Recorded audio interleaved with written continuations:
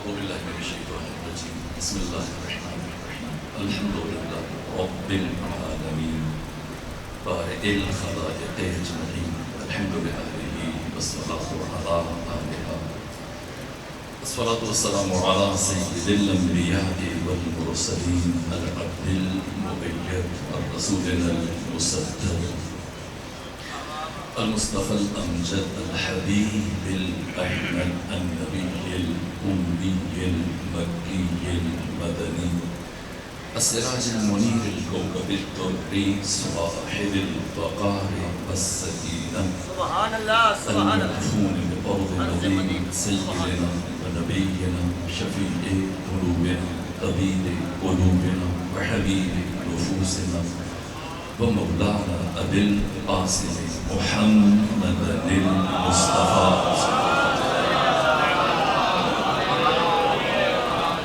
وأهل بيته الأطيبين الأطهرين الأنجبين المعصومين المظلومين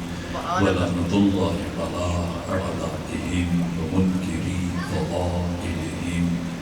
وغاسلي حقوقهم من جمع عداوتهم إلى الآن ومن الآن إلى قيام يوم الدين أما بعد فقد قال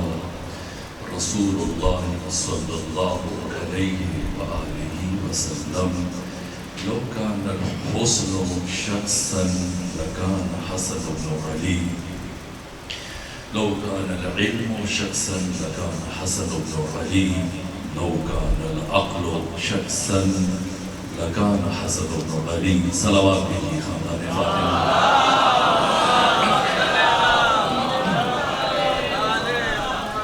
خدا سبحانہ ہم سب کو کی حفظ و پناہ میں رکھے حوالے سے اس کا ہستی محفوظ و معمول رکھے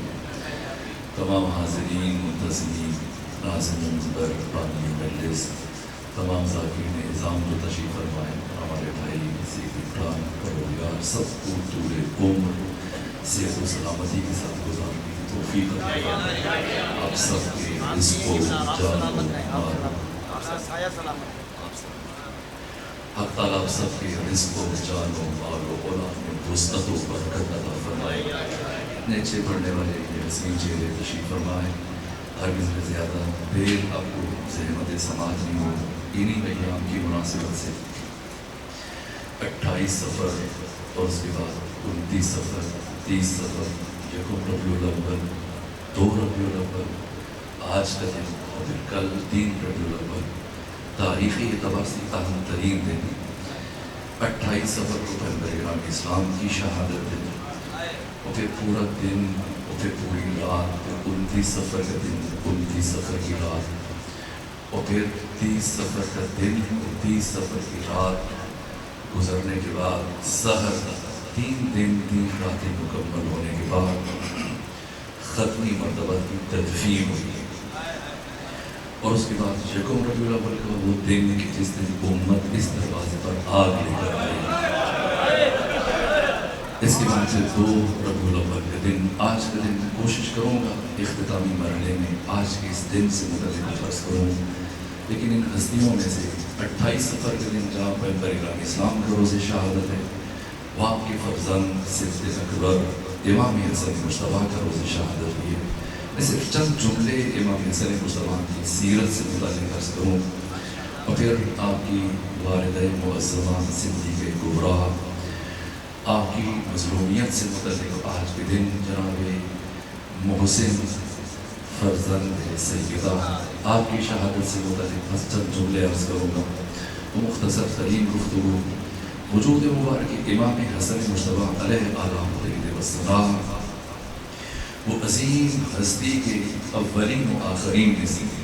وہ شرف کے جو آپ کی ذات کے ساتھ خاص ہے تمام انبیاء میں سے تمام اولیاء میں سے تمام ائمہ میں سے صالحین اتقیاء میں سے کسی کو یہ شرف حاصل نہیں ہوا جو شرف امام حسن مجتبیٰ کے حق تعالیٰ نے آپ کے نور کے ظہور کے لیے جائے نماز فاطمہ زہرا کو منتخب کیا 2 نمازوں کا درمیانی وقت منتخب کیا ماہ مبارک رمضان کا نقطہ وسط منتخب کیا 15 رمضان 3 ہجری میں جناب سیدہ جائے نماز میں، یہاں تک کہ خود کسی نے جب ام المومنین عائشہ سے پوچھا، سوال کیا، یا ام المومنین صفینی بنت محمد، اے ام المومنین عائشہ آپ ہمیں بنت مصطفیٰ سے متعلق کچھ بتائیے۔ مجھے تعجب ہوتا ہے پلٹ کر آگے سے ام المومنین نے یہ نہیں کہا کہ کس کا پوچھ رہے ہو، ظاہر فاطمہ زہرا کے علاوہ کوئی دوسری بیٹی ہوتی تو وہ پلٹ کر پوچھتی کہ کس کا پوچھ رہے ہو۔ تو جیسے ہی سوال کیا گیا، واقعی خوبصورت جواب ہے، سمندر کو کوزے میں سمو دیا۔ جب پوچھا گیا کہ بتائیں بنت مصطفیٰ سے متعلق، تو کیا کہا، ما اقول فی حقہا، میں فاطمہ زہرا سے متعلق کیا عرض کر سکتی ہوں، صلت الظہر، جس بیوی نے ظہر کی نماز پڑھی، ثم ولدت الحسن، پھر حسن مجتبیٰ کی ولادت ہوئی، ثم صلت العصر، اور کچھ لمحوں کے بعد یہی بیوی کھڑے ہو کر عصر کی نماز ادا کر رہی تھی۔ یہ امام حسن مجتبیٰ، یہ آپ کی طہارت ہے، یہ آپ کی عصمت ہے، آپ کی شجاعت، آپ کی شجاعت سے متعلق بس ایک جملہ عرض کروں، آپ کی عبادت، آپ کے زہد، آپ کی جود و عطا، آپ کی سخاوت سے متعلق مستقل کتابیں لکھی جا چکی ہیں، یہاں تک کہ آپ کی شجاعت سے متعلق کہ مولا متقیان کے فرزندان میں سے ایک فرزند جن کا نام محمد، لقب حنفیہ ہے۔ یہ محمد حنفیہ جب شام میں گئے، حاکم شام کے دربار میں، اور ایک مرتبہ طاقت کے حوالے سے، قوت کے اعتبار سے گفتگو شروع ہوئی، تو محمد حنفیہ نے کہا، حاکم شام اپنے ہاں سے بڑے بڑے جتنے بھی تمہارے ہاں پہلوان ہیں بلاؤ، اور پھر طاقت آزمائی کرتے ہیں۔ یہاں تک کہ حاکم شام نے، مدینہ نے بڑے بڑے پہلوان بلائے، اور جیسے وہ افراد پہنچے تو جناب محمد حنفیہ نے کہا، اے حاکم شام، ان سے کہیے کہ میں بیٹھا ہوں، کہ مجھے اٹھائیں۔ اور یہ کئی افراد مل کر کوشش کرتے رہے، دیر تک جناب محمد حنفیہ کو نہیں اٹھا پائے، اور جب پھر آپ خود اٹھے اپنے ارادے سے تو کہا، اے حاکم شام، یہ افراد تو مجھے نہیں اٹھا سکے، میں خود اٹھ گیا، اب ان سے کہوں کہ مجھے بٹھائیں۔ لیکن وہ کئی افراد مسلسل زور لگانے کے باوجود فرزند امیر المومنین محمد حنفیہ کو زمین پر نہیں بٹھا پائے۔ اگر بات پہنچی ہے، یہ محمد حنفیہ انتہائی طویل القامت، طویل الجثہ، بڑے تنومند، بڑے پرہیبت اور بڑی باعظمت شخصیت کے حامل تھے۔ یہاں تک کہ جنگ جمل میں 34-36 ہجری میں جب مولا متقیان جنگ جمل میں اصحاب جمل کے مقابلے میں آئے، تو سامنے آنے والی خاتون ایک اونٹ پر سوار تھی جس کا نام عسکر تھا۔ ایک مرتبہ امیر المومنین علی ابن ابی طالب علیہ الصلوۃ والسلام نے اپنے فرزند محمد سے کہا، اے محمد حنفیہ، اٹھو اور اٹھ کر فتنے کی جڑ کو کاٹ ڈالو۔ اس جنگ میں دشمن کے پاس، لشکر کے پاس علم نہیں تھا، اور اس اونٹ کو، عسکر کو بطور علم استعمال کیا جا رہا تھا۔ یہاں تک کہ جناب محمد حنفیہ اٹھے اور مولا متقیان نے خطبہ ارشاد فرمایا، جو نہج البلاغہ موجود ہے، 5واں خطبہ ہے، فرمایا، اے محمد حنفیہ، تزول الجبال ولا تزل، پہاڑ اپنی جگہ سے ہل جائیں، آپ نے اپنی جگہ سے نہیں ہلنا۔ تنفل ارض قدمک، اپنے قدم زمین میں گاڑ دو، اپنے دانتوں کو مضبوطی سے بھینچ لو، اور اپنی کھوپڑی کو آریتن خدا کے راستے میں لے دو، اور اے محمد حنفیہ، اپنی نگاہوں کو دشمن کے آخری فرق پر مرکوز کر دو، اور اے محمد یقین رکھو کہ فتح و نصرت صرف اور صرف خدا کی طرف سے آئے گی۔ یہاں تک کہ محمد حنفیہ اٹھے اور مولا متقیان نے محمد حنفیہ کی مدد کے لیے ایک فوجی دستہ آپ کے ہمراہ روانہ کیا، اور محمد حنفیہ اس فوجی دستے کے ہمراہ جب اصحاب جمل کی طرف بڑھے، یہ 20,000 افراد کہ جو ایک خاتون کے اونٹ کی حفاظت پر مامور تھے، جیسے محمد حنفیہ اس اونٹ کی ٹانگیں کاٹنے کے لیے آگے بڑھے، مورخین نے لکھا اتنی کثرت سے تیروں کی بارش ہوئی کہ محمد حنفیہ اتنی قوت و طاقت کے باوجود، فوجی دستے کے باوجود، یہاں تک کہ مولا متقیان کی اتنی تائید کے باوجود برقرار نہ رکھ سکے، استقامت نہ دکھا سکے، ان کے قدم اکھڑ گئے اور پلٹ کر میدان جنگ سے واپس آئے۔ جب واپس پلٹ کر آئے، مولا متقیان نے فرمایا، محمد علی کے بیٹے ہو، جاؤ آگے بڑھو، فتنے کی جڑ کو کاٹ دو۔ یہاں تک کہ محمد حنفیہ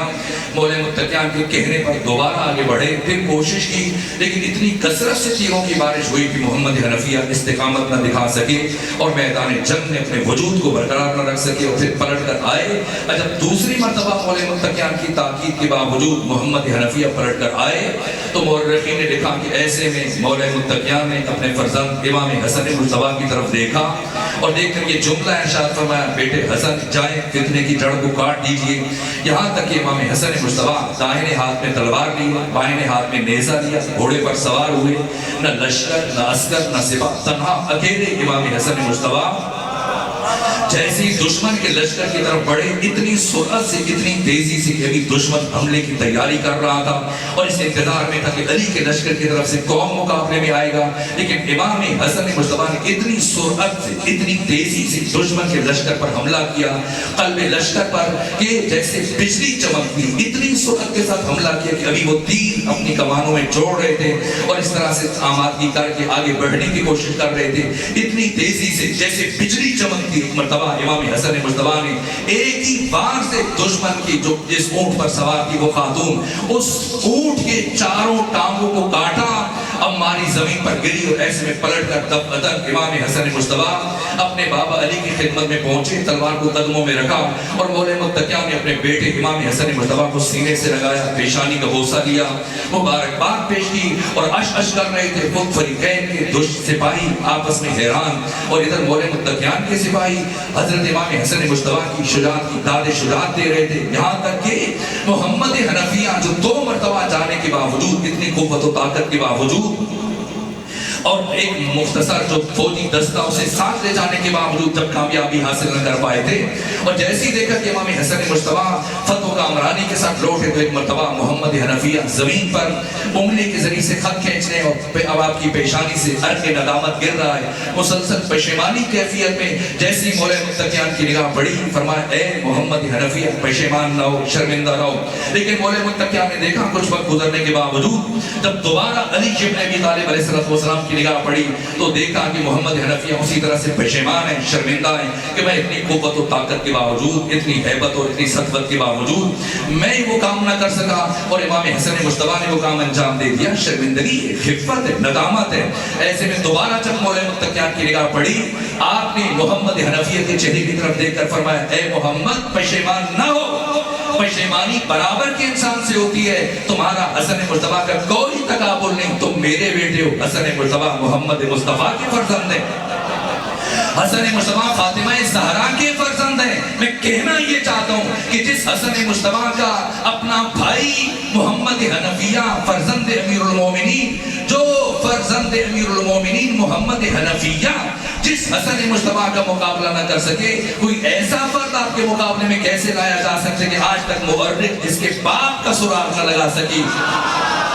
یہ امام حسن مجتبیٰ، یہ آپ کی شجاعت ہے۔ وقت تیزی سے گزر رہا ہے، بس میں چند جملے اگرچہ بخار کی کیفیت میں اور میں نے چند مرتبہ معذرت کی لیکن عمران بھائی نے میرا عذر قبول نہ کیا، تو چند جملے کائنات تاریخ انسانی کی شجاعت ترین شخصیت ہے، علم کے اعتبار سے، معرفت کے اعتبار سے، عبادت کے اعتبار سے، استقامت کے اعتبار سے، جرأت اظہار کے اعتبار سے، یہاں تک کہ آپ کی حیات طیبہ اس طرح سے 47 سالوں پر مشتمل ہے، جن میں سے 37 سال نائب امام کی حیثیت سے گزارے، 10 سال عہد امامت ہے، جن میں سے 7 مہینے 25 دن آپ نے خلافت کی ذمہ داریوں کو ادا کیا اور باقی کا عرصہ آپ نے حزب اختلاف میں گزارا اور پھر آپ کی زندگی کا اہم ترین مرحلہ صلح امام حسن مجتبیٰ۔ وقت نہیں کہ میں امام حسن مجتبیٰ کی صلح سے متعلق چند جملے عرض کروں، لیکن سید شرف الدین عاملی صاحب المراجعات اس عظیم الشان شخصیت نے جو تحریر لکھی ہے شیخ رازی علی یاسین کی کتاب صلح الحسن کے مقدمے پر کہ اگر قیامت تک آنے والے عقلاء، دانشور، اہل علم، اہل عقل، اہل دانش، اہل بصیرت،